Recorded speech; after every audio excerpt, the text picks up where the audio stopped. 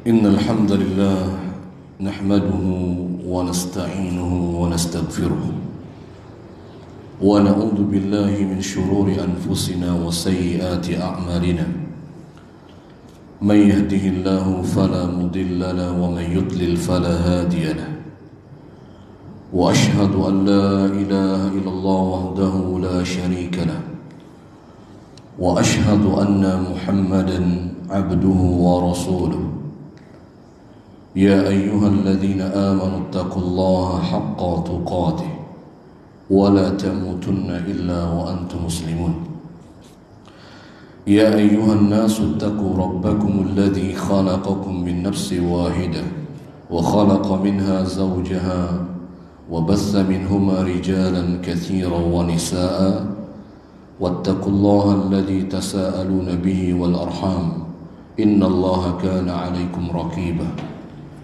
يا أيها الذين آمنوا اتقوا الله وقولوا قولا سديدا يصلح لكم أعمالكم ويغفر لكم ذنوبكم ومن يطع الله ورسوله فقد فاز فوزا عظيما.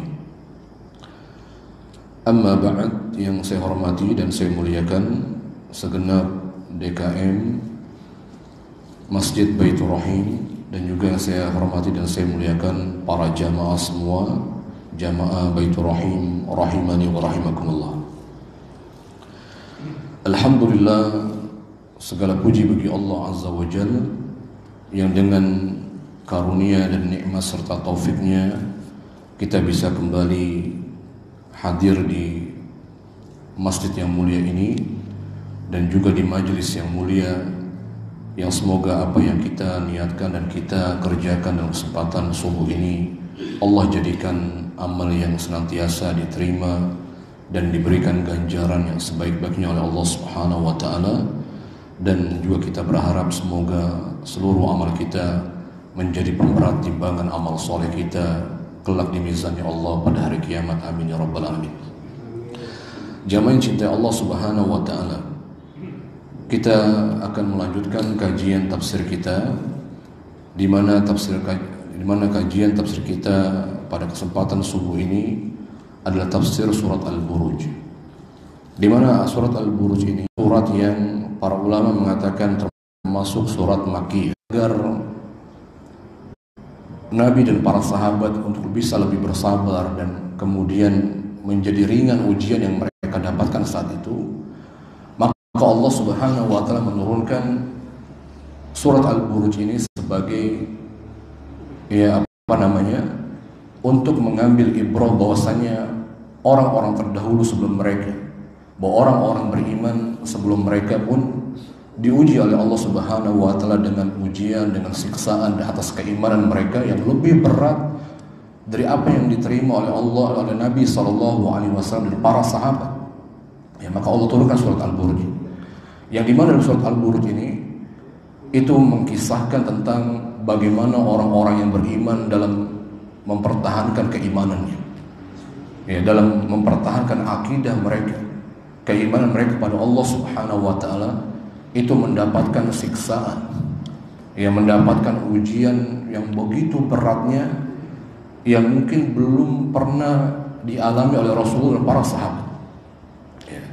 Nanti kita akan sebutkan apa ujian yang diberikan oleh orang-orang terdahulu, orang beriman terdahulu dengan keimanan atas mereka mempertahankan keimanan, menjaga akidah mereka. Maka disebutkan pada ayat yang pertama. Pada ayat yang pertama Allah Subhanahu wa taala sebelum mengkisahkan tentang kisah Ashabul Ukhdud, Allah Subhanahu wa taala berfirman pada ayat pertama, bersumpah, yang kita katakan bahwasanya Allah bersumpah semau dan sekehendak Allah Azza wa Jalla dengan makhluk ciptaannya, dan untuk menunjukkan betapa agungnya makhluk yang diciptakan oleh Allah Subhanahu wa taala, dan tentunya akan lebih agung sang penciptanya. Allah Subhanahu wa taala mengatakan was-samai dzatil buruj. Ya, Allah Subhanahu wa taala memulai pada ayat yang pertama dengan bersumpah was-samai, dan demi langit. Ya, kita pada surah-surah sebelumnya kita sering menyebutkan bagaimana Allah Subhanahu wa taala menciptakan langit ini yang begitu dahsyatnya, yang begitu luar biasanya, yang memiliki keutamaan yang begitu banyak. Maka pada ayat ini Allah Subhanahu wa taala menyebutkan di antara keagungan langit ini, Allah Subhanahu wa taala mengatakan bersifat atau memiliki zatil buruj. Maka kita sampaikan bahwasannya Allah Subhanahu wa taala bersumpah. Allah Subhanahu wa taala bersumpah untuk menunjukkan keagungan makhluk yang diciptakan oleh Allah Azza wa Jalla. Maka seperti apa yang Allah bersumpah pada ayat ini dengan bersumpah dengan langitnya, di mana kita telah menyebutkan bahwasannya langit Allah di antara makhluk yang begitu agung yang Allah ciptakan. Bahkan Allah Subhanahu wa taala di antaranya menyebutkan sebelumnya bagaimana Allah mengangkat, membangun langit itu sebagai atap bumi yang Allah ciptakan tanpa tiang. Dan kita melihatnya. Dan juga di sini dalam ayat ini Allah Subhanahu wa taala menyebutkan bahwa langit yang diciptakan oleh Allah Subhanahu wa taala di antara keistimewaannya, keagungannya, kata Allah Azza wa Jalla, zatil buruj. Zat ini adalah maknanya memiliki. Al-buruj, para ulama kata buruj di antara maknanya, kata para ulama, itu adalah jam'u burujin, maknanya adalah al-hisnu, maknanya adalah benteng. Ya, sebagian para ulama menafsirkan ya bahwasannya makna dari al-buruj zatul manazil allati tamurru biha asy-syamsu wal qamar, yaitu al-manazil jamak dari manzil. Manzil itu rumah-rumah, ya, tempat-tempat tamurru biha asy-syamsu wal qamar, yang dilalui tempat itu, yang dilewati, yang dilintasi oleh matahari dan bulan. Ya, mungkin sebagian para mufassir seperti terjemah-terjemah yang ada di Al-Qur'an itu menerjemahkan gugusan bintang. Ya, gugusan bintang berarti apa yang dipahami dari gugusan bintang? Ya, mungkin kalau kita baca literatur tentang gugusan bintang ini, ya itu adalah berkumpulnya bintang-bintang gitu ya. Berkumpulnya bintang-bintang. Jadi kalau kita lihat itu bintang yang ada yang membulat itu ya. Itu sebetulnya bukan satu bintang. Tapi itu bintang-bintang yang berkelompok dalam jumlah ratusan bahkan jutaan. Ya, berbeda dengan rasi ya. Ini gugusan. Ya, sehingga di antara tafsir Al-Buruj ada yang memaknai adalah gugusan bintang tadi. Ya, gugusan bintang yang kita lihat bintang itu dari bumi ini yang begitu terangnya cahayanya, itu sebetulnya bukan satu bintang. Tapi itulah kelompok-kelompok bintang yang jumlahnya kata para ulama ratusan bahkan jutaan, yang kemudian dia berkelompok ya, dia berkelompok pada berapa tempat. Ada mengatakan ada 12 tempat. Ya. Kemudian juga makna di antara al-buruj kata para ulama, ya dia adalah orbitnya itu sendiri. Dia orbit atau tempat beredarnya ya, mengorbitnya bintang-bintangnya Allah Subhanahu wa taala. Yang Allah Subhanahu wa taala begitu menciptakannya, begitu rapihnya, begitu bagusnya, begitu indahnya, yang itu menunjukkan betapa kuasanya Allah Subhanahu wa taala. Itu al-buruj ya, al-manazil allati tamurru biha asy-syamsu wal qamar. Ya, dia tempat yang yang bintang-bintang yang diciptakan oleh Allah Subhanahu wa taala termasuk matahari, bulan, ya itu melintas di tempat tersebut. Ya, ini yang di antara tafsir yang disebutkan oleh para ulama. Ya. Sebagaimana Allah Subhanahu wa taala menyebutkan juga ya dalam Al-Qur'an yang menunjukkan bintang-bintang yang Allah ciptakan dengan orbitnya ya, yang menunjukkan kekuasaan dan kebesaran Allah Subhanahu wa taala. Juga Allah jadikan bintang-bintang tadi adalah sebagai apa? Sebagai hiasan bumi. Allah mengatakan walaqad zayyana as-samaa'a ad-dunya bimasabih. Sebagaimana Allah mengatakan, kenapa Allah menciptakan ada bintang-bintang, ada orbitnya yang melintas di situ, yang begitu rapihnya, teraturnya, ya yang begitu ya rapi, teratur Allah ciptakan. Ya, maka di antara Allah menciptakan bintang juga, Allah mengatakan walaqad zayyana as-samaa'a ad-dunya bimasabih. Dan sungguh kami telah menghiasi langit dunia itu dengan lampu-lampu. Lampu itu maksudnya bintang-bintang tadi. Ya, masabih maknanya jam'u misbah. Misbah itu lampu. Ya, cahaya terang. Ya, maka itu adalah dengan Allah Subhanahu wa taala menghiasi langit dunia itu dengan bintang-bintang tadi. Jawarat Allah Subhanahu wa taala. Kemudian pada ayat yang kedua, Allah Subhanahu wa taala kembali bersumpah dengan Allah mengatakan wal yaumil mau'ud, dan demi al-yaum maknanya hari. Al-mau'ud itu dari asal kata wa'ada ya'idu, wa'idun wa mau'udun.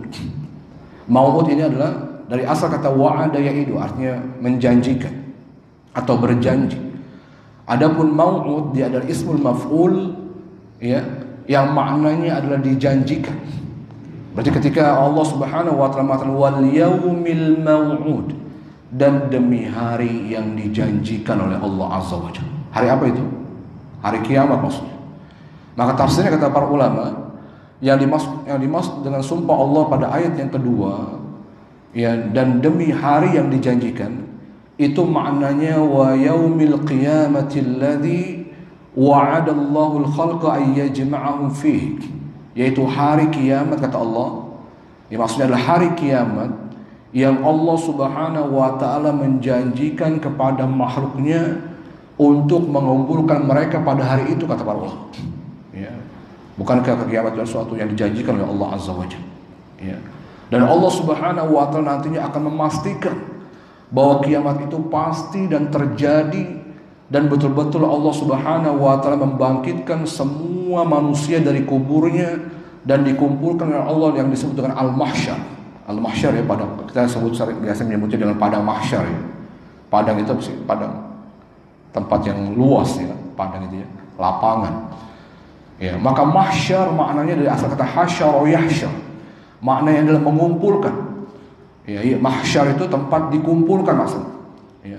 Tempat dikumpulkannya manusia setelah dibangkitkan oleh Allah dari kuburnya, untuk kemudian amal-amal mereka itu apa kan?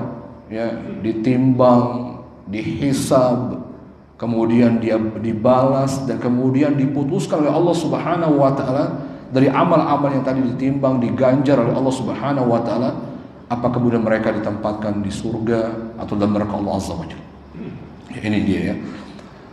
Kemudian Allah Subhanahu wa taala kembali bersumpah pada ayat yang ketiga. Allah mengatakan wa syahidi wa mashhud. Ya, dan demi orang-orang yang bersaksi. Ya, wa syahid dari asal kata syahida yashhad. Ya, seperti kita mengatakan asyhadu alla ilaha illallah. Ya. Apa itu artinya? Bersaksi. Syahid adalah ismul fa'il, pelakunya, orang yang bersaksi. Jadi kalau syahida yashhad itu fi'ilnya, verbnya, ya, verbnya adalah syahida yashhad, artinya adalah bersaksi, ya, atau menjadi saksi. Adapun kata syahidun itu adalah ismul fa'il yang maknanya pelaku dari perbuatan tadi, berarti orang yang bersaksi. Wa mashhud itu adalah ismul maf'ul, ya, diambil juga dari kata yang sama, dari akar yang sama, syahida yashhad, ya, dan ismul maf'ulnya adalah mashhud. Mashhud maknanya yang disaksikan. Ya, Allah mengatakan dan demi orang yang bersaksi, yang menjadi saksi, dan orang yang disaksikan kata Allah Azza wa Jalla. Ya. Maksudnya siapa ini?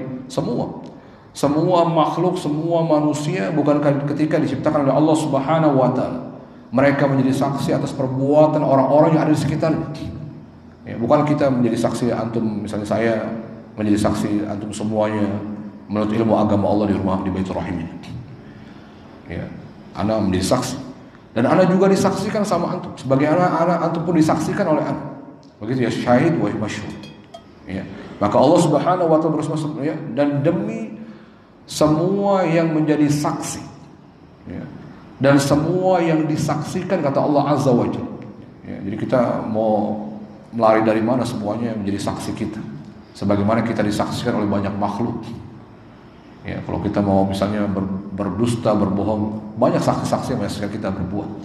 Ya, itu baru saksi-saksi. Bagaimana dengan Allah sendiri yang menjadi saksi. Ya. Kemudian Allah Subhanahu wa taala setelahnya baru menyebutkan apa isi sumpah Allah Azza wa Jalla. Biasanya kalau bersumpah itu kan ada kontennya, ada isinya. Misalnya orang bersumpah demi Allah, saya tidak akan menginjak rumah ini lagi. Setelah gitu kan ya. Maka isi dari sumpah Allah, setelah Allah bersumpah ini, Allah Subhanahu wa taala ingin menyatakan setelahnya qutila ashabul ukhdud. Ya. Qutil maknanya asal katanya mungkin kita ini adalah al-fi'lul mabniyu lil majhul. Ya, fi'il mabni lil majhul. Ya, kalau dalam bahasa Indonesia itu kata kerja pasif. Asal katanya qatala lil ma'lum, ya aktifnya kata kerja aktifnya adalah qatala yaqtul. Ya. Membunuh. Asal katanya maknanya adalah qatala, itu maknanya kalau kita pahami membunuh. Ya. Qutila maknanya berarti dibunuh, gitu ya. Jadi kalau secara bahasa Arab itu qatala membunuh, pasifnya qutila. Itu ada kaidahnya itu ya. Yang tadinya fathah didomahkan. Dan ini maknanya tafsirnya kata para ulama, qutila ini maknanya dibunuh. Dibunuh itu berarti dibinasakan. Ya kan, kalau orang dibunuh berarti saya mau binasakan si fulan. Kan di antara maknanya dibunuh ya kan, ditindas, ya disiksa. Begitu ya maksudnya maknanya. Jadi nanti kalau kita baca tafsir atau terjemah biasanya maknanya disiksa, dilaknat. Memang begitulah maknanya. Ya, diambil dari kata qutil tadi yang asalnya pada asalnya maknanya dibunuh. Juga maknanya kata para mufassir, makna qutila itu juga maknanya terlaknat, dilaknat. Ya. Dilaknat, disiksa. Ya, siapa yang disiksa dan dilaknat ini? Allah Subhanahu wa taala mengatakan ashabul ukhdud. Ya, ini dia kisah. Ya. Ashabul ukhdud, ashab itu jam'u sahibin. Dia bentuk jamak dari kata sahibun. Ya, kita biasa suka ngomongnya sahib. Ini sahib aneh. Ya. Atau istilah sahib ini juga itu juga maknanya adalah pemilik. Ya, sahib maknanya kita sering mengatakan sahib karib aneh, teman dekat aneh, sahib. Sahib itu dari asal kata sahib yashab, maknanya menemani. Ya, yang setia menemani sahib itu. Ya, makanya kenapa para sahabat itu ya disebut dengan ashabun nabi atau sahabatun nabi sallallahu alaihi wasallam. Kenapa? Kenapa para sahabat itu dinamakan dengan ashab atau sahabah? Ya, karena mereka selalu menemani Rasulullah sallallahu alaihi wasallam. Mereka selalu menemani bermulazam atau dalam artian mulazam. Mereka selalu melazimkan diri mereka bersama Nabi sallallahu alaihi wasallam. Ya, selalu setia dengan Nabi sallallahu alaihi wasallam. Maka dalam bahasa Arab itu kata teman itu banyak, ada zamil. Itu maknanya juga teman. Ada sadiq, maknanya juga teman. Sahib, maknanya juga teman. Banyak ya. Khalil juga maknanya teman. Tapi semuanya punya tingkat kedekatan yang berbeda-beda. Ya. Maka kenapa para sahabat tidak dikatakan zamil, teman biasa zamil ini? Ya. Tapi dikatakan dengan sahib. Ya, karena dia teman yang hubungannya sangat dekat dengan Nabi sallallahu alaihi wasallam. Bahkan sebagian para sahabat betul-betul bermulazamah dengan Nabi. Mereka selalu dekat, ya, menetap, ya, bahkan selalu menemani di mana Nabi berada. Kita banyak mendengar hadis-hadis para sahabat ketika kami bersama Nabi, ketika kami duduk bermajelis dengan Nabi, ya, mereka begitu dekatnya dengan Nabi SAW. Ya, maka begitu ya. Dan juga makna sahib atau ashab ini yang bentuk jamaknya adalah ashab. Itu adalah maknanya pemilik. Contohnya misalnya kita pernah sering menyebut misalnya kalau ada kita kumpul-kumpul di rumah orang, diundang untuk makan-makan di rumah orang, ya biasanya kita menyebut orang yang mengundang kita sahibul hajat, ya kan? Apa itu sahib? Si pemilik hajat. Ya, atau kita juga akan menyebut misalnya sahibul bait, gitu ya. Pernah dengar nggak? Nggak pernah dengar ya berjamaahnya? Ya, di mana kita mau diundang makan di rumah siapa? Itu sahibul baitnya itu. Itu si pemilik rumah. Ya, si pemilik rumah. Sahibul hajat si pemilik apa? Si pemilik hajat.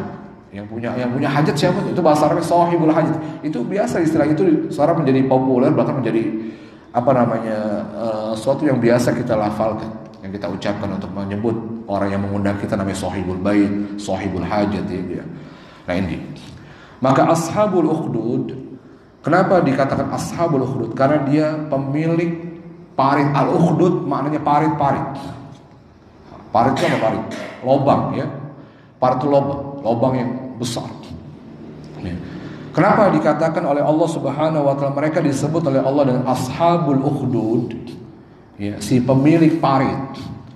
Karena orang-orang ini yang disebut oleh Allah Subhanahu wa taala, ya, mereka adalah orang-orang yang disebutkan adalah menggali parit-parit. Ya, mereka menggali parit-parit yang besar, yang azim, kata para ulama. Ya, untuk apa mereka menggali, melobangi, membuat suatu lubang yang besar?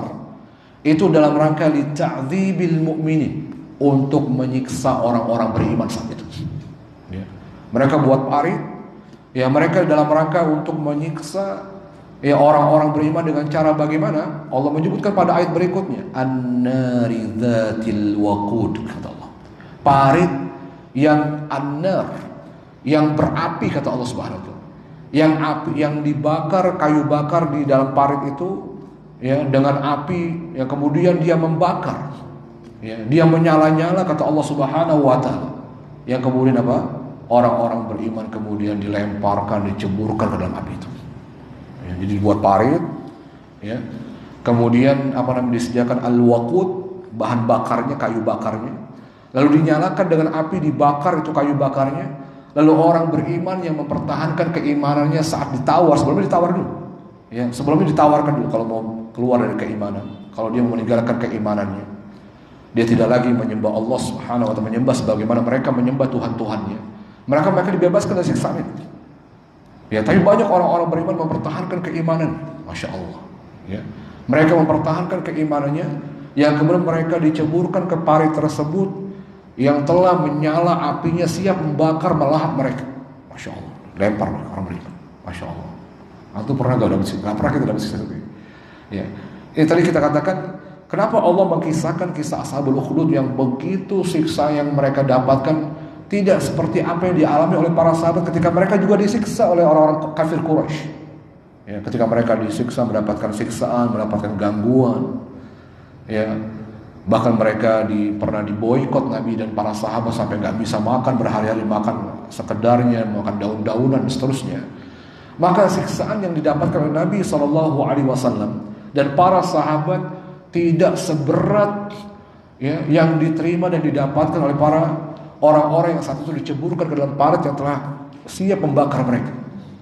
Ya, ini dia. Ya, kita mungkin nggak, apalagi kita, ya, kita nggak pernah mengalami, kita Islam tenang-tenang saja, aman-aman saja. Kita lihat bagaimana di belahan dunia lain, bagaimana saudara-saudara kita kaum muslimin yang mereka hidup di tengah-tengah orang-orang kafir, mereka ditindas, disiksa. Mungkin sering mendengar info-infonya.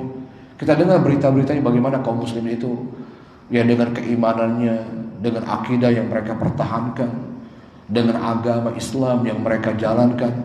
Ya, banyak saudara-saudara di belahan bumi lain itu justru dengan keimanan itu mereka diganggu, mereka disiksa, maka diancam dengan ancaman yang mungkin akan dibunuh, ya, dipecat dari pekerjaan, keluarganya dimarginalkan dan seterusnya. Itu didapat, masya Allah. Apalagi kita harus bersyukur. Kenapa Allah Subhanahu wa taala mengisahkan Ashabul Ukhdud? Biar Nabi SAW, biasanya kalau ada pembanding kan, kita akan merasa, oh ternyata ujian Anda gak seberat si fulan. Kan gitu ya. Coba deh kalau kita sakit misalnya, ya, main ke rumah sakit, kita lihat ada orang yang lebih parah sakit dari kita. Biasanya kita lebih apa? Kita akan lebih bisa bersabar. Kita akan bisa lebih bersabar dan juga mungkin termasuk bersyukur kepada Allah, ternyata masih banyak orang yang lebih parah sakitnya dari Anda. Ini orang sudah parah bisa penyakit. Tapi ketika dia lihat ada orang-orang di sekitarnya di rumah sakit itu, ya, yang lebih parah ternyata penyakitnya. Kalau dia mungkin masih sakitnya, misalnya dia nggak bisa apa gitu, ya, sakit kakinya. Ada orang yang mungkin nggak punya kaki, dia lihat, kakinya sampai buntu, sampai diamputasi. Anak masih punya kaki, walaupun anak nggak bisa berjalan, kaki anak patah misalnya. Tapi ada orang di sekitarnya yang di rumah sakit yang sama, dia lihat, ya, kemudian dia bandingkan, ini sampai diamputasi, nggak punya kaki lagi, dan penyakit-penyakit lain yang dideritanya. Ya, biasanya bagaimana tuh kalau kita lihat ada orang yang lebih susah, lebih berat ujiannya, kita akan lebih apa? Lebih bersabar, kita akan lebih bersyukur, kita akan lebih bisa bertahan dengan hidup yang kita alami, yang kita jalani.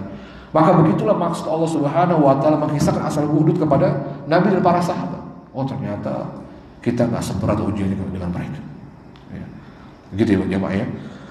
Dan kita kepada kita semua, ya, siapapun kita yang mendapatkan ujian dari Allah Azza wa Jalla, yang diberikan musibah oleh Allah Subhanahu wa taala, maka lihat, ada orang-orang yang lebih berat ujian yang datang Allah kepada mereka.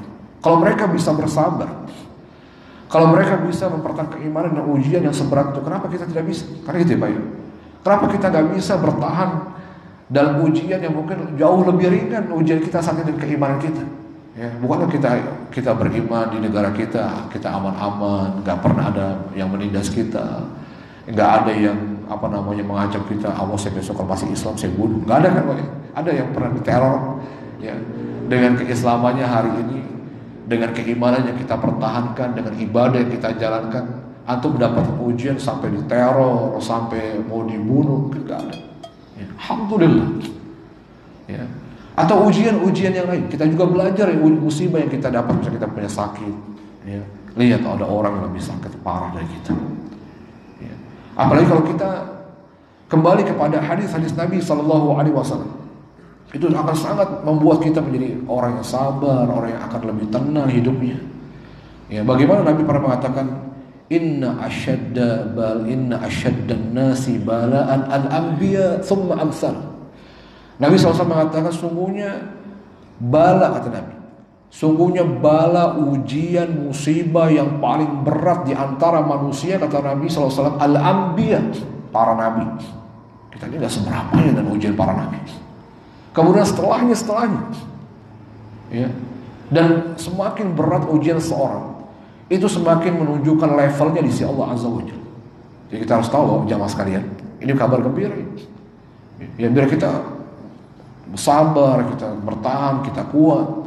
Ya, sungguhnya semakin berat ujian yang diberikan seseorang itu oleh Allah Subhanahu wa taala, itu menunjukkan semakin besarnya, tingginya level seorang, derajat seorang di sisi Allah Azza wa Jalla. Ya. Sehingga Nabi pernah mengatakan, Nabi SAW mengatakan, inna idhamal jaza ma'idhamil bala. Kita lihat bagaimana Nabi menghibur orang-orang yang merasa, kok saya ujiannya berat banget sih. Itu fulan gak sholat, fulan gak puasa, kayaknya aman-aman aja hidupnya, misalnya gitu. Tenang-tenang aja, kayaknya gak pernah ada ujian, musibah juga saya gak pernah lihat kena musibah. Kok saya yang udah sholat, puasa juga, sodako juga, kok masih ada musibah? Ya, gimana jawabannya Bapak? Kita lihat bagaimana Nabi SAW pernah menghibur kita orang-orang mendapatkan musibah ini. Nabi mengatakan, inna idhamal jaza ma'idhamil bala, wa inna Allah idha ahabba qawman ibtalahu, faman radiya falahu ridha, wa man sakhita falahu sakhat. Rawahu Tirmidzi dengan sanad sahih. Nabi SAW mengatakan, inna idhamal jaza ma'idhamil bala. Sungguhnya besarnya pahala yang diberikan, kata Nabi. Ya, sungguhnya besarnya pahala ganjaran yang diberikan itu sebesar ujian yang ditimpakan. Ya, kita perhatikan Nabi ini betul-betul masya Allah ya Nabi ini. Sungguhnya besarnya pahala yang diberikan, yang dikaruniakan, itu sebesar ujian yang diujikan dan ditimpakan. Ya, berarti jadi kalau kita mendapatkan ujian kayak merasa paling besar, merasa berat dibandingkan dengan orang-orang lain di sekitar kita, maka ketahuilah, berarti Allah Subhanahu wa taala ingin memberikan pahala yang jauh lebih besar dari apa yang Allah berikan kepada saudara kita yang lainnya. Ya. Berarti menunjukkan level kita berbeda dengan level saudara kita. Jadi kalau antum, ini ujian, ada ujian dari istri, dari anak, dari tetangga, dari macam-macam, itu menunjukkan level antum itu level yang tinggi. Ya. Bahwasanya semakin berat ujian, semakin besar pahalanya, maka semakin tinggi derajat di sisi Allah Azza wa Jalla. Bahkan Nabi dalam hadis ini pula, dan lanjutan hadis ini, Nabi mengatakan, innallaha idza ahabba qauman ibtalahu. Sungguhnya Allah Subhanahu wa taala apabila ingin mencintai suatu kaum, Allah ingin mencintai seorang hamba, kata Nabi SAW, apa yang diantara tandanya, kata Nabi? Maka Nabi mengatakan, ibtalahum. Allah akan datangkan bala, datang ujian buat orang-orang yang akan dicintai. Jadi kalau ada orang mengatakan, ya enak kali ya nggak ada ujian. Ya. Berarti kalau ada orang-orang yang merasa tidak mendapatkan ujian dalam hidupnya, tapi nggak mungkin ada, ya. Karena semua orang itu akan diuji oleh Allah dengan ujian yang berbeda-beda. Hanya saja ujiannya beda-beda. Ada orang ujiannya dari istrinya, ada orang ujiannya dari anaknya, ada orang ujian dari pekerjaannya, ada orang mendapatkan ujian dari tangannya, seterusnya. Ya. Maka Rasulullah mengatakan, Sungguhnya Allah apabila ingin mencintai suatu kaum, Allah ingin mencintai seorang hamba, kata Nabi SAW, maka bagaimana tandanya? Nabi mengatakan ibtalahum, Allah akan mendatangkan ujian kepadanya. Allah akan mendatangkan musibah kepadanya. Maksudnya apa itu? Ya, Allah akan memuji dia dengan berbagai ujian.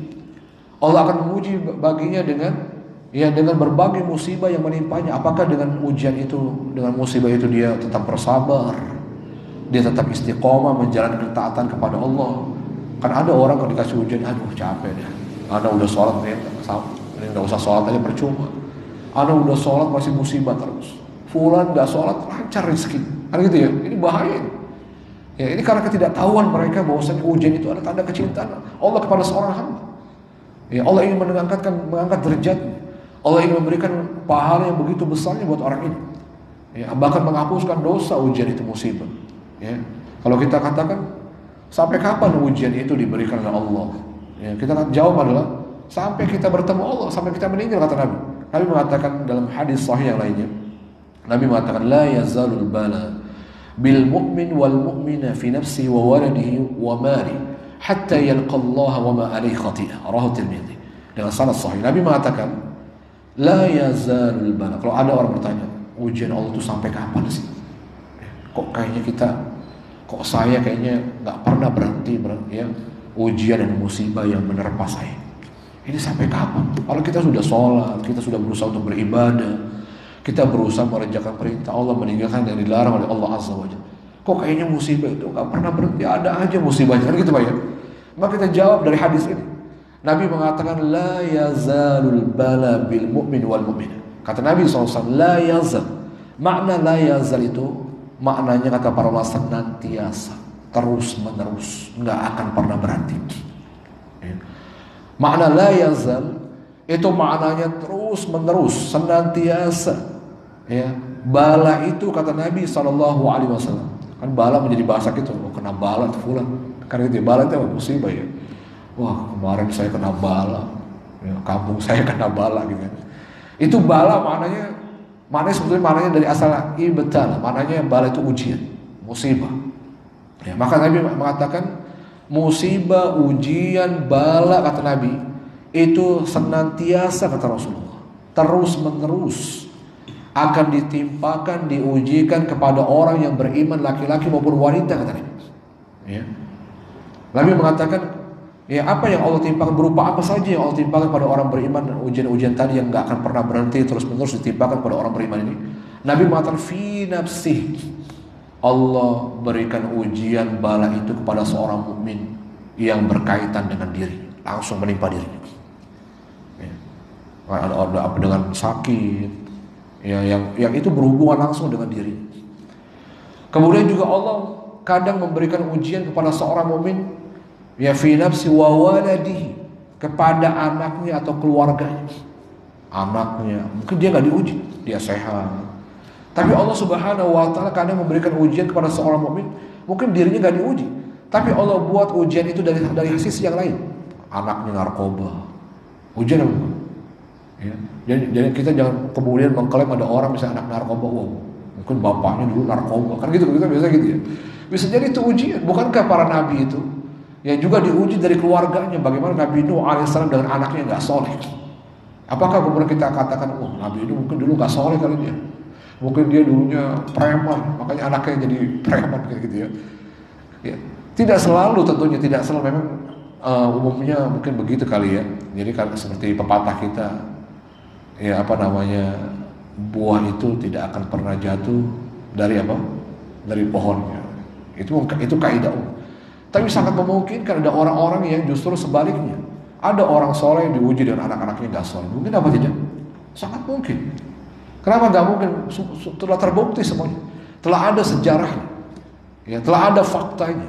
Bagaimana Nabi kita Muhammad SAW diuji dari keluarga, dari pamannya. Abu Lahab itu pamannya Nabi itu ya. Pamannya Nabi, tapi dia menjadi ujian buat Nabi SAW. Yang menjadi musuh terbesarnya Nabi dalam dakwahnya Nabi menyebarkan Islam. Bagaimana Abu Thalib, pamannya Rasulullah, yang Nabi gak bisa mendatangkan hidayah Allah buat Abu Thalib, meninggal dalam keadaan kufur. Ya, kalau kita katakan, kok Nabi doanya gak mustajab berarti ya? Kenapa nggak bisa mendoakan pamannya mendapatkan hidayah? Ini ujian, bagian dari ujian.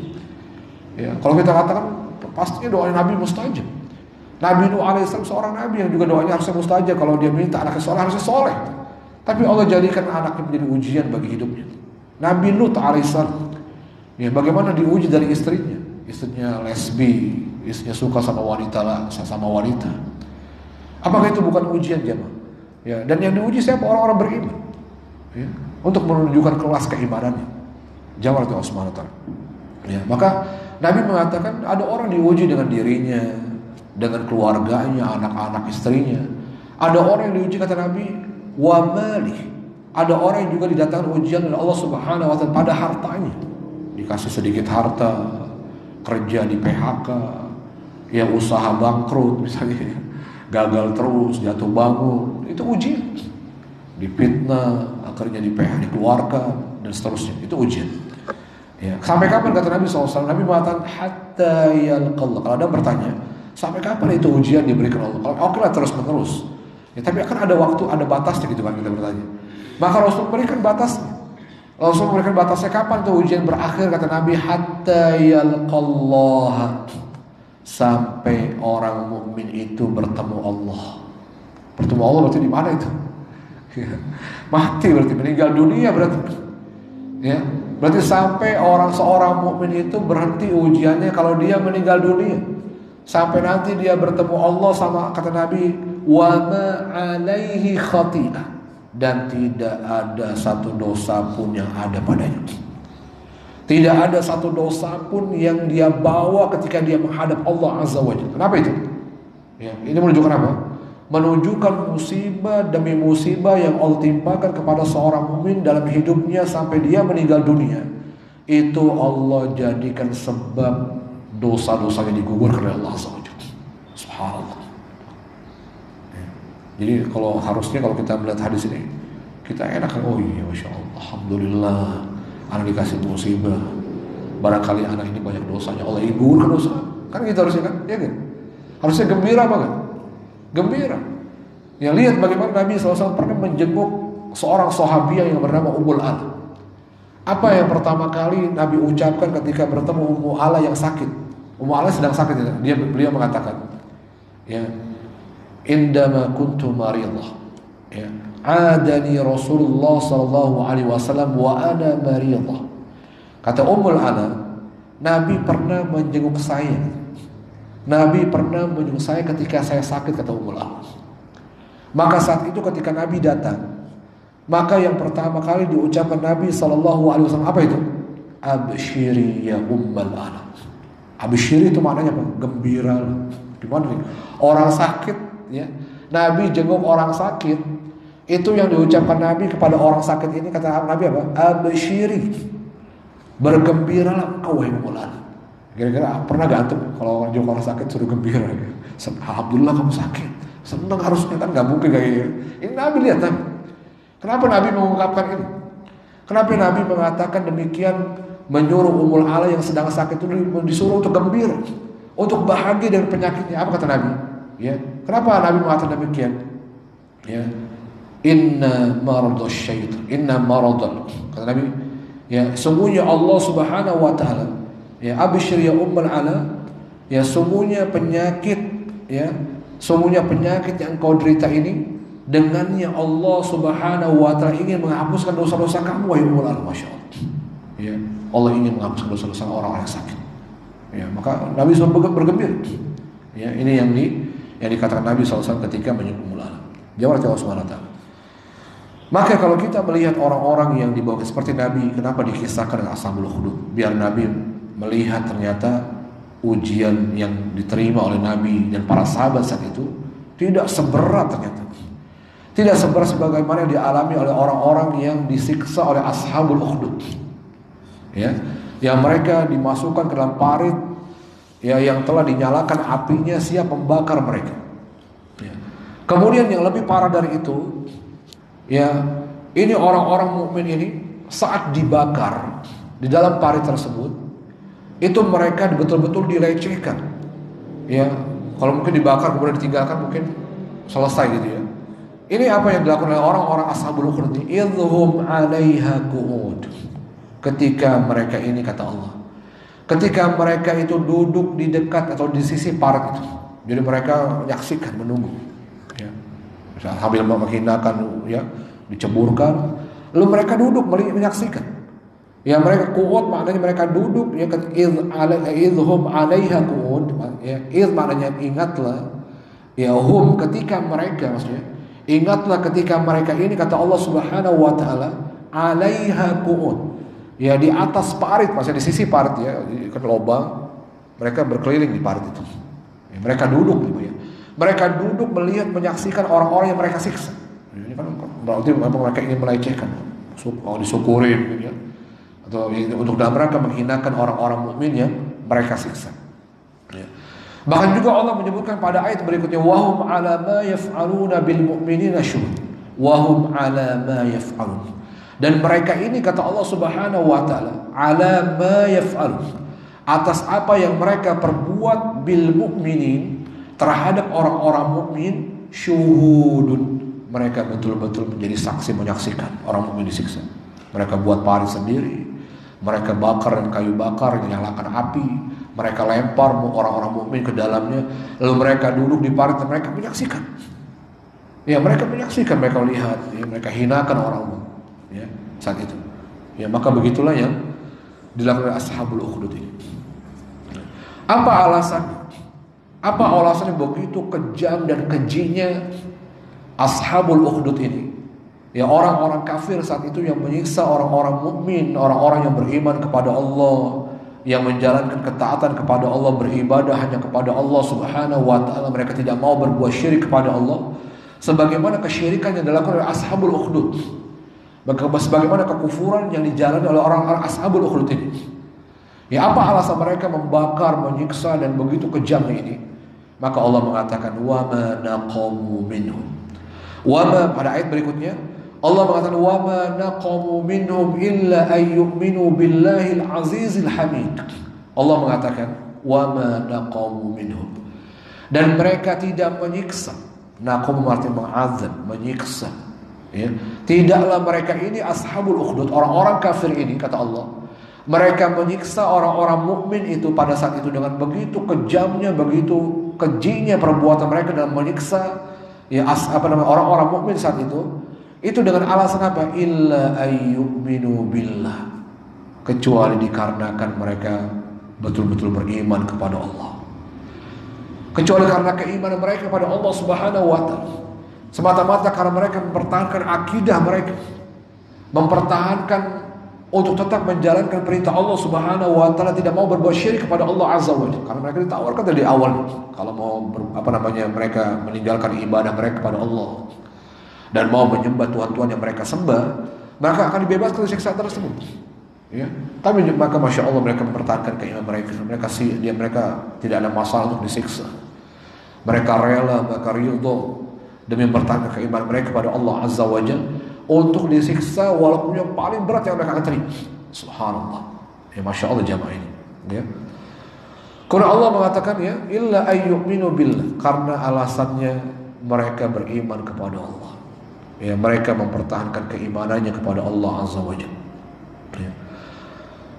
Ya. Dan Allah kemudian pada ayat ini Allah mengatakan, karena mereka beriman kepada Allah Subhanahu wa ta'ala Al-Aziz, Allah mengumumkan sifat, nama dan sifatnya. Yang di antara nama dan sifatnya Allah yang kita wajib mengimani dan mentauhidkan Allah dalam nama dan sifatnya, bahwasanya Allah Subhanahu wa taala mempunyai nama dan sifat Al-Aziz. Apa Al-Aziz ini? Yang maha perkasa, la yughalab. Makna Al-Aziz kata para ulama, la yughalab, yang gak akan pernah dapat dikalahkan. Itu makna Al-Aziz. Ya, betul-betul perkasa. Ada orang perkasa, dianggap perkasa di dunia. Enggak ada, taunya ada lebih perkasa, kalah dia, KO. Ya kan? Itu ya, manusia kan gitu ya. Ada yang kita anggap hebat, ternyata ada lebih hebat. Ya, itu kehidupan dunia. Ya. Tapi Allah Subhanahu wa taala enggak ada orang punya sifat Al-Aziz sebenarnya. Al-Aziz itu sifatnya Allah. Dia nama dan sekaligus mengandung sifatnya Allah. Ini bedanya nama kita dengan namanya Allah Azza wa Jalla. Ya. Maka kalau kita belajar tauhidul asma wa sifat, Kalau kita belajar tauhid, mentauhidkan nama-nama dan sifat Allah Azza wa Jalla, ya, maka di antara keagungan namanya Allah, di mana Allah Subhanahu wa taala memiliki nama dan sekaligus mengandung sifatnya yang mulia. Allah Subhanahu wa taala memiliki nama yang mulia, yang agung, ya, dan mengandung sifatnya yang mulia lagi agung. Ya. Berbeda dengan manusia.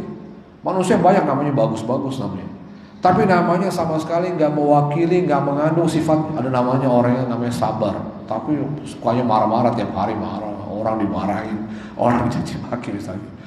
Ada orang namanya dermawan, ya, tapi pelitnya minta ampun misalnya, diminta sumbangannya nggak ada yang keluar sedikit tuh misalnya gitu misalnya. Contohnya apalagi lah ya, banyak ya. Ada orang namanya bagus-bagus, ya, bahkan mungkin orang tuanya juga bukan, ya, berharap dengan nama itu dia memiliki sifat sebagaimana dia diberikan nama itu oleh orang tuanya kan gitu ya, karena nama itu doa.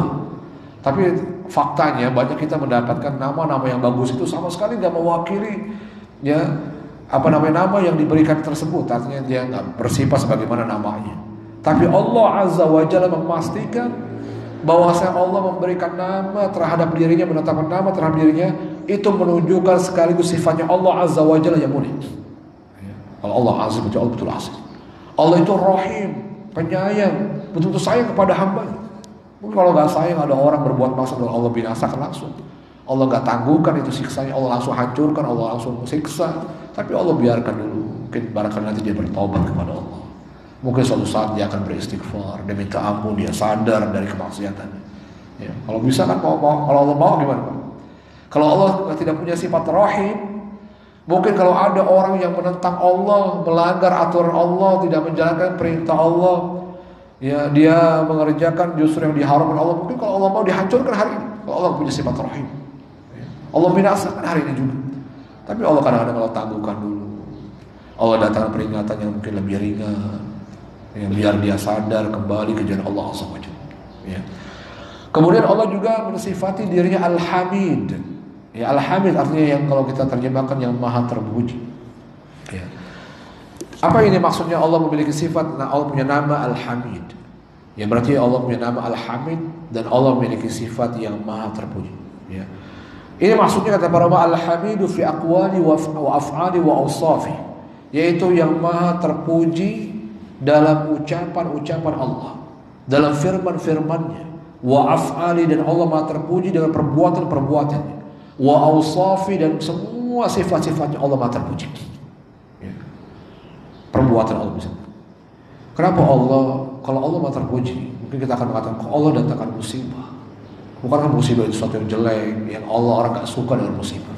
Gimana jawabannya misalnya? Di mana maha puji, maha terpujinya Allah Azza wa Jalla dengan Allah Subhanahu wa taala di kehidupan kita di dunia? Ada orang-orang yang datang musibah sama Allah. Ya. Katanya Allah sifatnya terpuji, kok terpuji menyiksa?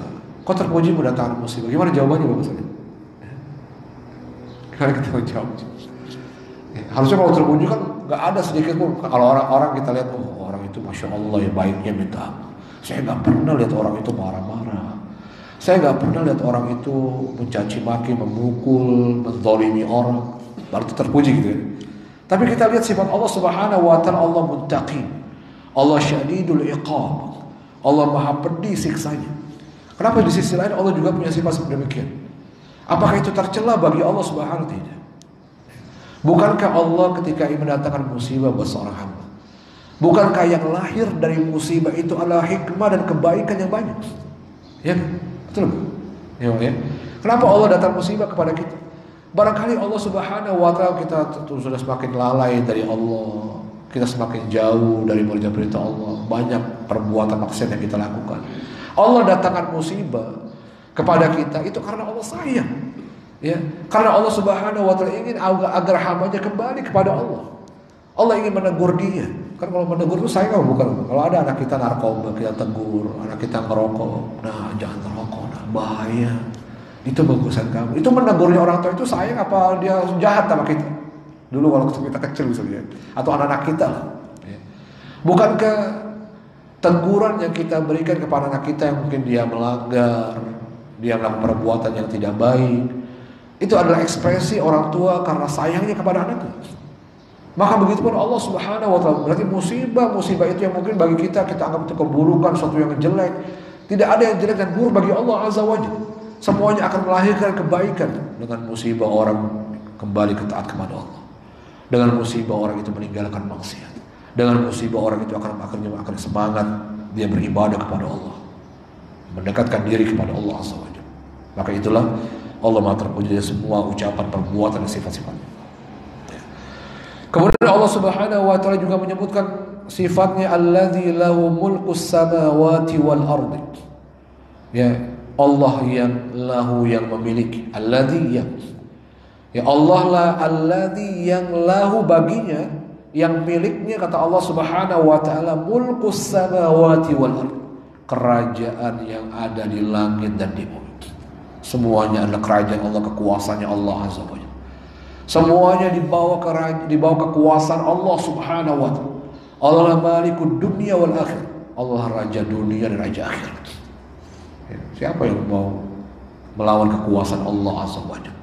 Ya, akan Allah hancurkan. Allah akan binasakan. Betapa banyak orang yang hebat, betapa banyak Allah mengisahkan kisah kaum sebelumnya merasa hebat, merasa jago, yang merasa ya tidak ada yang lebih hebat dari mereka. Dengan sekejap Allah binasakan. Dengan sekejap Allah hancurkan kekuasaan. Allah ambil kekuasaan. Allah rebut kekuatannya. Allah hinakan kemudian. Mudah bagi Allah. Dan kita sudah membuktikan. Sudah kita membuktikan pada zaman kita betapa banyak orang yang hari ini merasa hebat, lalu dengan sekejap Allah hinakan orang ini. Yu'idzu man yasha wa yudhillu man yasha. Allah mampu memuliakan orang, dan juga Allah mampu menghinakan hamba-Nya. Yang hina bisa jadi mulia, yang mulia juga bisa dihinakan oleh Allah Subhanahu wa taala. Maka mudah bagi Allah Subhanahu wa taala. Ya. Maka Allah memiliki sifat alladzi lahu mulkus samawati wal ardh. Dialah Allah Subhanahu wa taala memiliki kerajaan langit dan bumi. Kekuasaan penuh Allah memiliki. Ya. Adapun manusia punya kekuasaan, berapa lama dia punya kekuasaan? Ada masanya, ada masa expired dengan orang jadi bupati. Berapa lama dia menjabat bupati? Habis itu dia nggak punya jabatan. Dia nggak punya lagi kehormatan, nggak punya kekuatan, nggak punya, selesai manusia. Ada masanya manusia punya kekuasaan, manusia punya kehebatan, ada waktunya. Sekarang lagi kuat-kuatnya, semua orang misalnya petarung misalnya, banyak orang dikalahkan ketika dia bertarung. Sampai kapan bisa bertahan kekuatannya? Paling kalau udah bertambah usia, bertambah waktu, mulai melemah, mulai nggak bisa lagi berjalan, selesai itu maksudnya. Ada waktunya, tinggal menunggu waktu manusia itu kekuasaannya, kekuatannya, kehebatannya. Ya, ada masa waktunya. Tapi Allah Subhanahu wa taala kekuatannya terus menerus, kekuasaannya, kehebatannya, ya, yang tidak pernah akan ada akhir. Kemudian Allah Subhanahu wa taala kembali mengatakan wallahu ala kulli syai'in syahid. Ya wallah, dan Allah Subhanahu wa taala ala kulli syai', atas segala sesuatu syahidun. Allah betul-betul maha menyaksikan. Ini menunjukkan apa? Ini menunjukkan bahwa tidak ada satupun yang luput. Tidak ada satupun yang luput dari disaksikan oleh Allah, ucapan, perbuatan, semua yang dilakukan oleh hamba-Nya. Gak ada satupun. Antum ucapan apa tadi? Semuanya terekam. Ya, semuanya nggak ada yang tersembunyi dari Allah Subhanahu wa taala. Semuanya tidak ada yang luput dari diketahui dan dilihat oleh Allah Subhanahu wa taala. Ya, mau bersembunyi di mana kita? Ya. Mau bersembunyi di mana kita melakukan maksiat, Allah tahu. Kan nggak ada orang yang tahu. Oke, orang nggak tahu. Mungkin semua makhluk nggak tahu kita melakukan perbuatan tertentu, misalnya di sebuah tempat yang nggak ada satupun kita pastikan sampai semut aja nggak akan masuk di tempat itu. Ya, nggak ada yang lihat, ya. Kira-kira Allah tahu nggak? Allah sama mata. Ya. Bahkan, ya, Allah Subhanahu wa taala mengetahui semua yang ada di dada kita. Jangankan yang kita perbuat, ya, yang belum diperbuat, yang baru masih direncanakan oleh manusia, yang masih terlintas di benak dan pikirannya, Allah sama tahu. Ya. Allahu alimun bidzatis sudur. Ya, innahu alimun bidzatis sudur. Dalam surat Al-Mulk, ya, Allah mensifati dirinya alimun bidzatis sudur. Allah betul-betul maha mengetahui semua yang ada dalam hati-hatinya manusia, yang dia baru rencanakan, yang dia mau perbuat. Allah maha tahu. Tidak ada yang tersembunyi bagi Allah Subhanahu wa taala. Jangan Allah Subhanahu wa taala. Ya. Kemudian pada ayat yang berikutnya, ayat yang ke-10, Allah Subhanahu wa taala mengatakan innal ladzina fatanul mu'minina wal mu'minat. Sungguhnya orang-orang yang fatanul mu'minin, orang-orang yang fatan, memberikan fitnah. Fatan makna asal katanya mendatangkan fitnah, mendatangkan siksa maksudnya. Ya. Allah mengatakan sungguhnya orang-orang yang mendatangkan siksa yang begitu kejam dan kerasnya, yang begitu kejinya, al-mu'minina wal mu'minat, terhadap orang-orang yang beriman laki-laki maupun wanita saat itu, ya. Tsumma lam yatubu, kemudian mereka tidak mau beriman kepada Allah, ya. Masih berkaitan dengan ashabul ukhdud tadi. Sungguhnya orang-orang yang menyiksa dengan siksaan yang begitu kejamnya, begitu kejinya kepada orang-orang mukmin saat itu, laki-laki maupun wanita, demi dalam rangka memalingkan mereka dari agama mereka, demi untuk melepas, agar mereka melepaskan keimanan akidah mereka ini. Jika mereka menyiksa itu dalam rangka apa tadi? Untuk mereka orang-orang mukmin ini melepas keimanan. Mereka meninggalkan keimanannya. Mereka tidak lagi menyembah Allah Azza wa Jalla. Maka Allah mengancam summa lam yatubu. Kemudian mereka tidak mau bertobat kepada Allah. Ya, kalau seandainya mereka ini, kata Allah, orang-orang yang tadi menyiksa begitu kejamnya orang-orang mukmin saat itu, ya, lalu kemudian mereka tidak mau bertobat kepada Allah Subhanahu wa taala dari perbuatan mereka, mereka tidak kembali menyesali perbuatannya, mereka kembali beribadah kepada Allah. Ya, enggak sadar juga mereka ini. Maka Allah Subhanahu wa taala mengancam, kata Allah, falahum adzabu jahannam. Maka bagi mereka nanti di akhirat siksa berupa siksaan yang mereka dapatkan di neraka jahanam dengan siksa yang lebih begitu mengerikan. Ya. Walahum adzabul hariq, dan bagi mereka azab al-hariq. Al-hariq itu membakar. Ya. Jadi karena mereka membakar orang-orang mukmin, makanya Allah menyebutkan siksaan yang juga mereka akan terima. Mereka betul-betul akan mendapatkan azabul hariq, siksaan yang membakar, yang tentunya lebih dahsyat dari apa yang mereka lakukan pada orang-orang mukmin. Ya. Jadi kalau kita melihat ada orang yang keji, yang kejam dalam menyiksa, ya. Kita misalnya ada di Guantanamo misalnya, bagaimana orang-orang Muslim ditindas, disiksa, ya. Atau apalah kita pernah lihat, atau bagaimana misalnya Hitler, sejarah Hitler, atau apa orang-orang kita lihat bagaimana mereka membunuh, atau Andalusia, kita peristiwa Andalusia dan seterusnya, ya.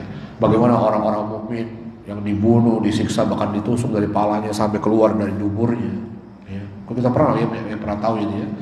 Bagaimana orang-orang Islam itu diuji keimanan sampai disiksa sedemikian kejinya dan kejamnya, ya. Maka semua siksaan yang keji dan kejam yang dilakukan manusia di dunia itu tidak sekejam dan sekeji siksaan Allah Azza wa Jalla di akhirat. Dan itu disebutkan oleh Allah Subhanahu wa taala pada surat Al-Fajr yang kita sudah sebutkan, ya. Bagaimana Allah Subhanahu wa taala mensifati dirinya ketika menyiksa hambanya yang pantas untuk disiksa. Allah mengatakan yauma idzil la yu'adzibu 'adzabahu ahad. Bagaimana Allah Subhanahu wa taala menyebutkan dirinya ketika menyiksa hambanya di akhirat nanti, ya. Allah mengatakan yauma idz, pada hari kiamat nanti, kata Allah Subhanahu wa taala, la yu'adzibu 'adzabahu ahad. Tidak ada seorang pun, ya, yang bisa menyiksa sebagaimana Allah menyiksa hambanya dalam neraka. Artinya apa itu? Ya, begitu kejamnya Allah, ya. Begitu dahsyatnya, kejamnya, kejinya, ya, betul-betul kerasnya Allah menyiksa hamba-hambanya yang dia diceburkan neraka Allah Subhanahu wa taala, ya, atas perbuatan mereka tentunya. Sebagai konsekuensi atas perbuatan kezaliman, kekufuran dan seterusnya mereka lakukan di dunia. Ya, maka Allah Subhanahu wa taala, lihat bagaimana Allah Subhanahu wa taala ini perlunya kita mengetahui nama-nama dan sifat Allah. Allah bukan hanya Rahim, jamaah. Allah bukan hanya penyayang dan rahmat, tapi Allah juga Syadidul Iqab. Allah juga maha pedih siksanya. Biar apa ini? Kenapa Allah menyebutkan sifat-sifat ini? Ya, karena jangan sampai nanti ada orang kemudian mengatakan, Allah kan Rahim. Berarti kalau anda nggak sholat pun nanti kan Allah sayang sama anda, masa Allah siksaan. Ya. Ingat bahwasanya orang-orang yang dia mengingkari Allah Subhanahu wa taala, dia langgar aturan Allah, dia menentang Allah Subhanahu wa taala. Dia harus juga ingat bahwasanya Allah juga mengumumkan sifatnya syadidul iqab. Allah maha pedih azabnya. Allah maha kejam siksanya. Jadi ini biar balance. Ya. Biar manusia tahu dia takut sama Allah. Kalau dia melanggar, ingat juga Allah juga punya siksa. Ya. Allah akan membalas seadil-adilnya apa yang diperbuat oleh manusia di dunia. Biar jangan sampai nanti kalau semua orang nanti dimaafkan dengan apa perbuatan mereka. Nanti orang-orang yang merasa telah beramal saleh, kok fulan enak banget.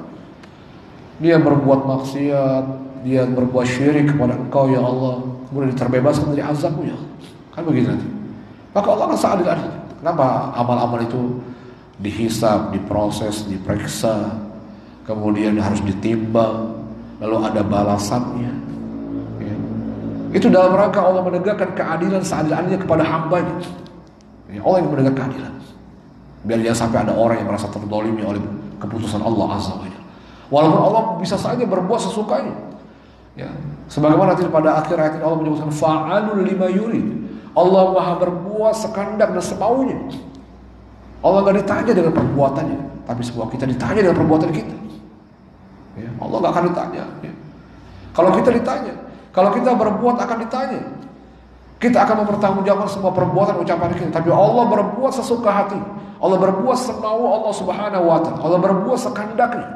Karena Allah tidak ditanya dengan perbuatan. Siapa yang mau memproses Allah? Enggak. Ya. Kalau di dunia ada orang paling hebat memproses hukum misalnya. Kalau dia melanggar diproses enggak? Ada juga proses. Ya, ada pengadilan yang lebih tinggi lagi misalnya. Ya, itulah Allah Subhanahu wa taala. Ini kita lanjut tapi cukup ya bahasanya. Saya kata syukur 6:30 insyaallah sudah syuruh. Ya, insyaallah kita akan melanjutkan dalam kesempatan yang akan datang insyaallah. Ya. Mungkin ada pertanyaan-pertanyaan bagus sekalian sebelum kita tutup kajian kita. Silakan.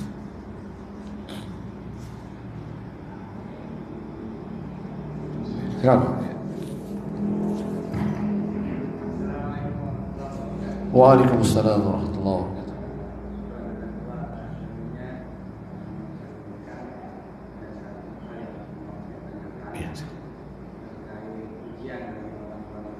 Iya.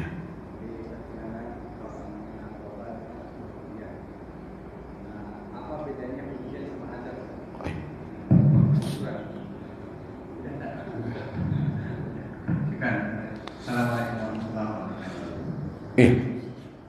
Apa bedanya ujian dengan azab? Ya, secara zahir tampaknya sama. Ya, ada orang satu datangkan musibah, satu juga datangkan musibah. Ya. Lalu bagaimana membedakan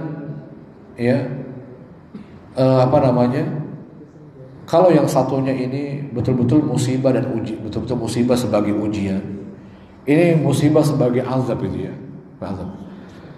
Bagaimana bedanya? Bedanya yang mengetahui adalah orang-orang yang diberikan ujian itu. Ya. Atau juga kita bisa melihat dari perbuatan-perbuatan orang yang diberikan ujian oleh Allah Azza wa Jalla.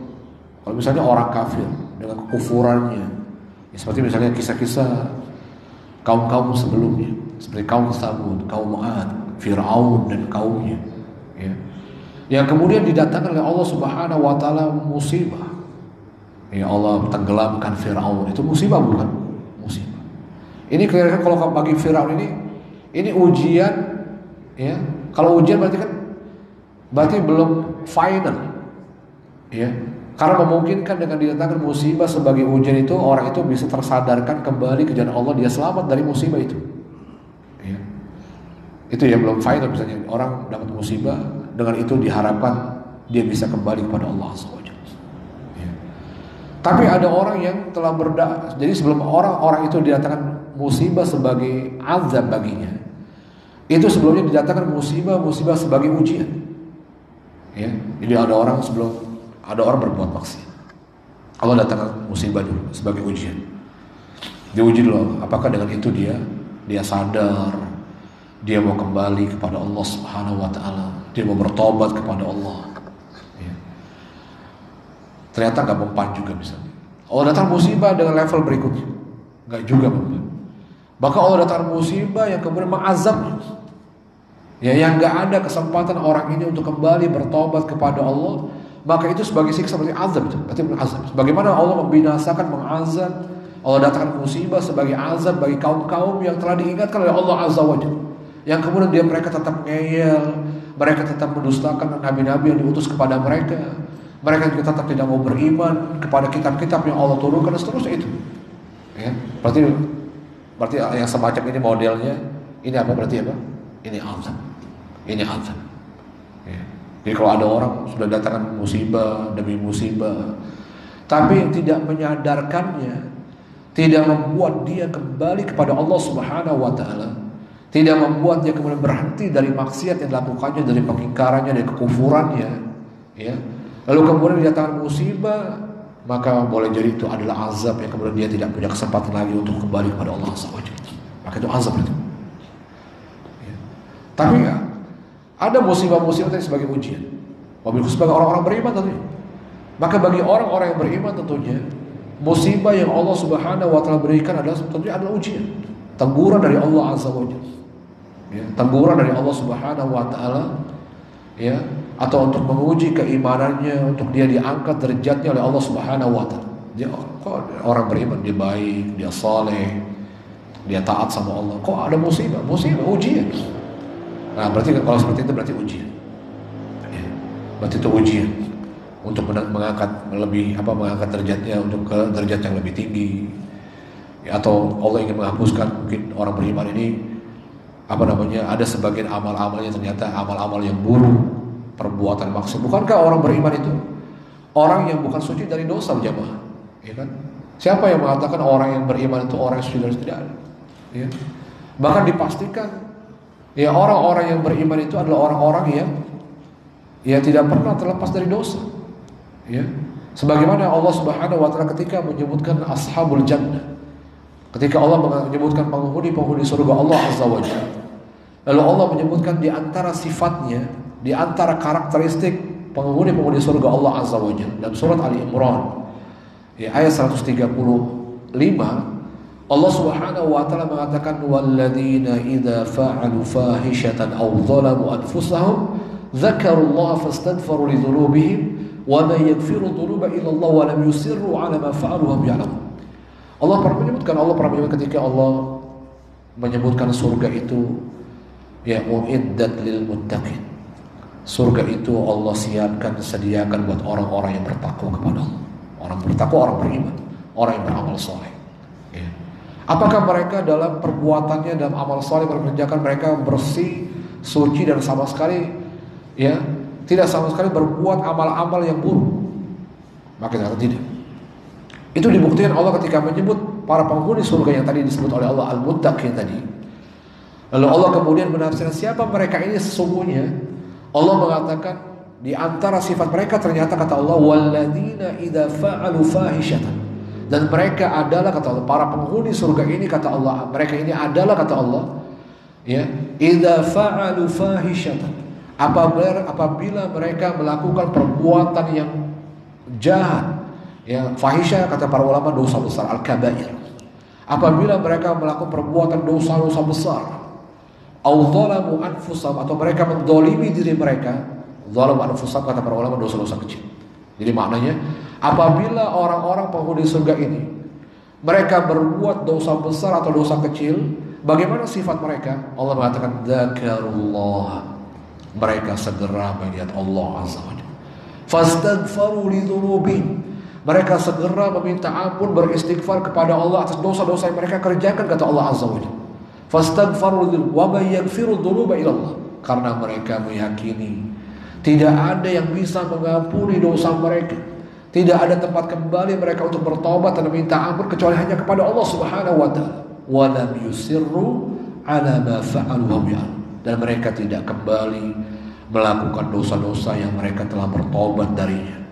Ini bukan tobat sambal, mereka menyesali, mereka berazam tidak melakukan kembali perbuatan maksiat yang kerjakan. Lihat, kita lihat, ini menunjukkan orang yang beriman bukan orang yang suci dari dosa. Sehingga kenapa Allah datangkan musibah? Kenapa Allah datangkan musibah kepada orang-orang beriman yang di amal-amal mereka dominasinya adalah kebaikan-kebaikan, tapi tidak menutup kemungkinan mereka berbuat dosa dalam rangka apa tadi? Menggugurkan dosa-dosa mereka. Ya, dengan Allah kasih musibah. Itu mungkin bedanya begitu Pak ya. Azab dengan musibah, dengan ujian tadi. Musibah sebagai ujian, musibah sebagai azab. Ya. Allah Akbar.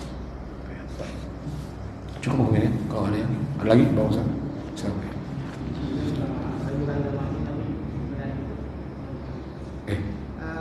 Mohon nasihatnya Ustaz. Iya. Assalamualaikum warahmatullahi wabarakatuh. Mohon nasihatnya Ustaz, kan tadi salah satu ujian kan dari anak atau istri. Misalkan kita punya anak, kadang dia sifat kadang kita nggak suka karena kita bukan perbuatan yang baik. Misalkan contoh, kalau datang waktu sholat suka nunda-nunda, nanti berangkat baru komat, baru berangkat ke masjid. Kita juga bersyukur misalnya, oh anak kita tetap mau ke masjid meskipun saat ini telat, kita nggak hati-hatinya tetap menasihati. Cuma misalkan juga sama, misalkan ketiduran siang misalkan gitu, sampai habis hampir asar kita coba bangunkan, tapi susah banget kadang seperti itu ya. Kira-kira mohon nasihatnya, kira-kira untuk treatment atau bagaimana cara kita menasihati atau apa yang harus kita lakukan untuk biar anak ini bisa lebih bagus dan lebih taat sama Allah, kira-kira seperti itu. Kan memang kadang anak udah besar kan sholat itu kan wajib ya Ustaz. Misalnya udah di depan yang saya tahu boleh dipukul tapi meskipun tidak membahayakan. Kira-kira apa? Dicubit atau tapi misalnya tetap seperti itu, kira-kira seperti apa? Iya. Waalaikumsalam. Ya, bagaimana dengan kasus seperti ini ya, yang kita tentu sebuah orang tua menginginkan dan mengharapkan, bahkan dalam doa-doanya dia selalu mendoakan agar Allah Subhanahu wa taala mengkaruniakan kepada mereka anak-anak yang saleh. Semua kita ingin seperti itu. Ya. Tapi tentunya untuk proses ya, untuk kemudian sampai kepada apa yang kita inginkan, bisa jadi Allah Subhanahu wa taala menguji kita. Ya. Allah menguji kita sejauh mana kesabaran kita dalam mendidik anak-anak kita. Ya. Tadi seperti misalnya, semua kita ingin anak-anak kita mudah kita didik, ya, kita arahkan kepada kebaikan, bahkan kita sudah masukkan mereka ke dalam pesantren ya, atau diberikan pendidikan agama di rumah juga.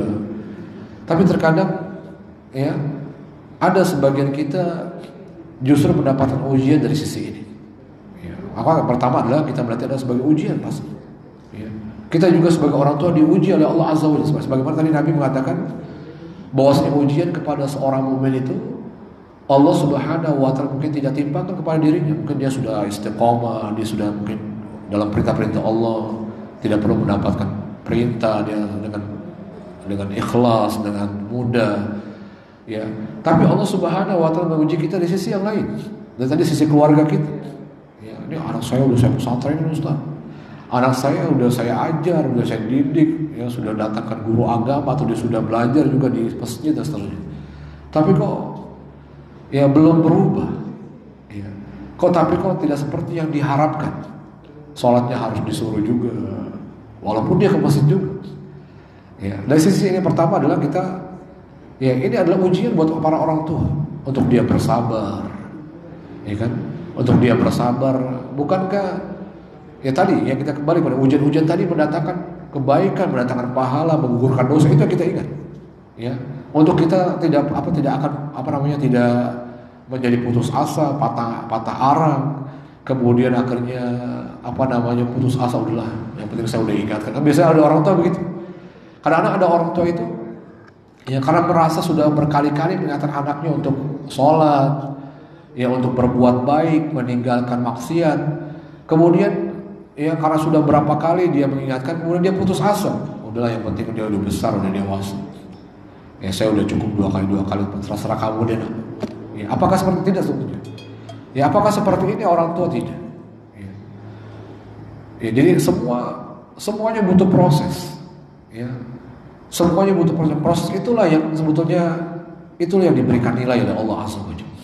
Ya, proses yang kita lalui dalam mendidik anak-anak kita itulah dinilai dan diberikan oleh pahala oleh Allah Azza wa Jalla. Ya. Dan barangkali mungkin hari ini kita ingatkan anak kita belum, kita bersabar dapat pahala. Kita menerima sebagai ujian diberikan pahala oleh Allah Azza wa Jalla. Besok lagi belum. Kita nggak tahu, mungkin di suatu saat nanti, mungkin barangkali ada orang, ya ini kan bagian dari dakwah, bagian dari tarbiyah dan dakwah, pendidikan dan juga dakwah kita kepada keluarga kita. Ya, ada orang-orang itu yang kemudian keberhasilan dakwanya itu Allah perlihatkan ketika si dai nggak ada. Ya, banyak yang kita dapatkan, kata para ulama, banyak orang-orang ketika berdakwah dia tidak melihat hasilnya. Dia tidak melihat hasil dari dakwahnya. Kok waktu dia dakwah orang kayaknya seolah-olah nggak pernah dengar dakwahnya. Orang cuek dengan apa yang dia sampaikan. Ya, tapi mungkin sepeninggal dai itu mungkin nggak ada lagi. Ya, kemudian ternyata menjadi sebab hidayah setelahnya, bisa saja.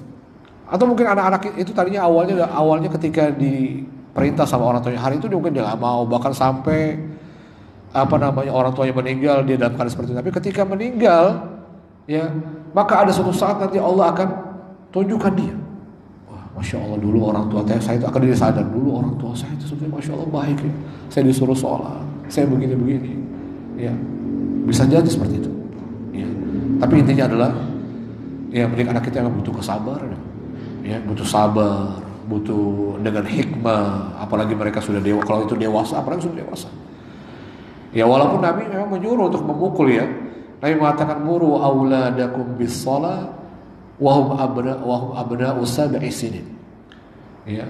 Wadribuhum wa hum abna'u 10 sinin. Kata Nabi SAW, ya, suruhlah, perintahlah anak-anak kalian untuk mengerjakan salat ketika mereka di usia 7 tahun. Ini sama, kata para ulama, ini juga dikiaskan dengan semua ibadah. Kapan kita mulai menyuruh atau menekankan anak kita untuk mengerjakan ibadah itu di usia 7 tahun. Di usia 7 tahun. Ya, walaupun kita boleh memulai sebelumnya, tapi ya kita ingat bahwasanya perintah yang sungguhnya itu pada usia 7 tahun. Mumayyiz. Perintah pada saat mereka berusia mumayyiz. Lalu kapan kemudian lebih dikeraskan, kata Nabi? Nabi mengatakan wadribuhum wa hum abna'u 10 sinin. Maka pukullah mereka, kata Nabi, ya, ketika mereka berusia 10 tahun, ketika mereka tidak mau mengerjakan sholat. Itu pun kata para ulama, memukulnya bukan memukul yang melukai, kata para ulama. Ya, pukul kasih sayang. Pukul yang tidak sampai meninggalkan bekas, kata para ulama. Bukan menyiksa, bukan. Ya. Apalagi anak-anak kita sekarang, ya, kalau semakin dikeraskan, ya, anak kita zaman ini semakin dikeraskan, semakin brutal nanti. Ya, kita juga perlu tahu, kata para ulama, ya, zaman kita berbeda dengan zaman anak-anak kita. Ya, barangkali juga caranya akan berbeda. Ya. Mungkin kalau anak-anak dulu dipelototin sama orang tuanya, udah takut itu, ya. Anak kita dipelototin balas melotot nanti dia. Ya. Jadi kita harus tahu juga dengan zaman, dengan psikologi dan kondisi anak-anak kita perlu tahu orang tua itu, perlu belajar. Ya, sehingga menyikapinya bisa jadi satu anak dan anak yang lain akan berbeda. Ya, treatmentnya akan berbeda. Ya, itu jadi tapi yang penting adalah ketika kok belum juga, ya Ustaz, ya. Sudah, kita berarti tetap bersabar. Yang paling penting adalah berdoa, selalu mendoakan anak-anak kita, ya, agar dia dijadikan anak yang soleh. Mungkin hari belum, mungkin besok atau tahun depan atau dan seterusnya. Ya. Dan tapi dalam menjalani semua itu, di situ ada kesabaran yang diberikan pahala oleh Allah Azza wa Jalla. Di situ ada pendidikan yang kita berikan sebagai tanggung jawab kita, ya, kepada Allah atas karunia yang Allah berikan berupa anak tadi, amanah dari Allah Azza wa Jalla. Ya, bukankah itu diberikan pahala terus oleh Allah Azza wa Jalla? Jadi tentunya ya, seperti itu, ya, harus bersabar tentunya. Ya, jadi kita tidak harus melihat hasilnya saat ini, karena yang dilihat oleh Allah bukan hasil, tapi proses yang kita jalani. Ya, proses yang kita jalani itu yang dinilai oleh Allah Azza. Allah tidak penting mau nilainya 10, 5. Ya, tapi bagaimana ketika kita punya proses, apakah kita bersabar? Ya, apa kita tetap istiqomah dengan ketaatan kepada Allah atau tidak? Itu masalahnya. Ya Allah a'lam. Ini saja. Subhanakallahumma wa bihamdika asyhadu an la ilaha illa anta astaghfiruka wa atubu ilaik. Wassalamu alaikum warahmatullahi wabarakatuh.